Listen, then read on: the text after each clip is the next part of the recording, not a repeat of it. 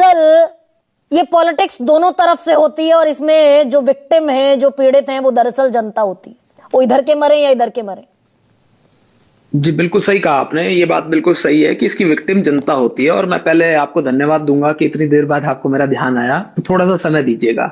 देखिए, असल में ना तो इतना भोला मैं हूं, ना आप हैं, और ना ही इस देश की जनता अब इतनी भोली रह गई है जो इस बात को नहीं समझती कि जहां जहां सांप्रदायिकता होती है, हिंदू मुसलमान होता है, दंगा होता है, तो कौन सी राजनीतिक दल को फायदा होता है। सब जानते हैं कि भारतीय जनता पार्टी को फायदा होता है। और असल में ये जो मुद्दा है ना, ये आई लव मोहम्मद वाला जो मुद्दा है, ये मुद्दा आई लव मोहम्मद है ही नहीं, ये तो आई लव सत्ता है। और इस आई लव सत्ता को बने रहने के लिए, सत्ता में बने रहने के लिए योगी आदित्यनाथ जी हो या भारतीय जनता पार्टी हो, वो इस तरह की सिचुएशन पैदा करती हैं। जो ये 5 सितंबर को आपने भी कहा, हमारे साथी प्रवक्ताओं ने कहा कि एक मामला था और वो तभी के तभी खत्म हो चुका था, लेकिन जानबूझकर फिर उसको बनाया गया मामला।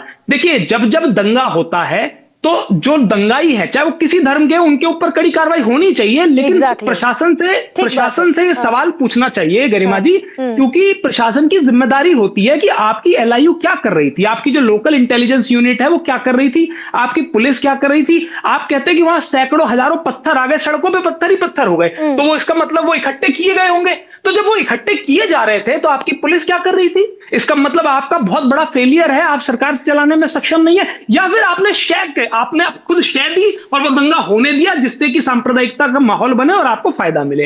आज उत्तर प्रदेश जो है पूरे देश में सांप्रदायिकता की लेबोरेटरी बन गया है। योगी आदित्यनाथ जी की उपयोगिता भारतीय जनता पार्टी में यही है कि जिस भी प्रदेश में चुनाव होगा, योगी आदित्यनाथ जी उत्तर प्रदेश में सांप्रदायिकता फैलाएंगे और उस प्रदेश में जहां चुनाव होगा वहां पर भाजपा को फायदा मिलेगा। पूरे तथ्यों के साथ कह रहा हूं, सुनिए। भारतीय जनता पार्टी नहीं, वोट जिहाद की बात ना, मैं वोट जिहाद की बात तो आपके साथी पार्टी भी करती दिखती है ना भाई।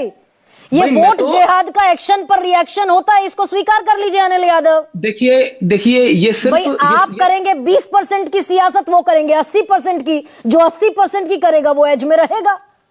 नहीं गरिमा जी, हम ना 20 की करते हैं ना 80 की करते हैं, हम 100 की सियासत करते हैं। हमारा काम है उन 100% लोगों के भले के लिए काम करना। आज ये जो 80 और 20 की सियासत से हो तो रहा है देश का माहौल खराब। जगह जगह हिंदू और मुसलमान, जो स्कूलों में गाने चलते थे हिंदू मुस्लिम सिख ईसाई आपस में भाई भाई, कहां चल रहे हैं आजकल? देखिए ना क्या माहौल हो गया है। और आप सुनिए ना, महाराष्ट्र में क्या नारा नहीं दिया योगी आदित्यनाथ जी ने कि बटेंगे तो कटेंगे? ये क्यों दिया गया? महाराष्ट्र का चुनाव था, वहां पर कर्नाटक में क्या है कि अली और बजरंगबली कराए। अब यहां पर ये दोबारा से भाषा की बात कर रहे हैं, और क्योंकि बार बार योगी आदित्यनाथ जी की भाषा की बात हो रही है, तो मुझे लगता है गरिमा जी उस पर तो किसी को कोई आश्चर्यचकित होना ही नहीं चाहिए। कोई डॉक्टर होगा तो वो उसकी भाषा में मेडिकल के शब्द आएंगे, कोई लॉयर होगा तो उसकी भाषा में लॉ के शब्द आएंगे। अब योगी आदित्यनाथ जी जो हैं वैसे शब्द आ रहे हैं। मैं गलत कह रहा हूं तो आप मुझे टोक दीजिएगा।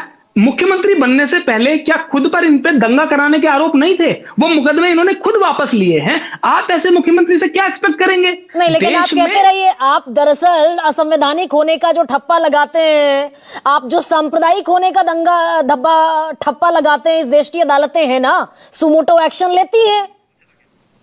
पर कुल मिलाकर दरअसल ये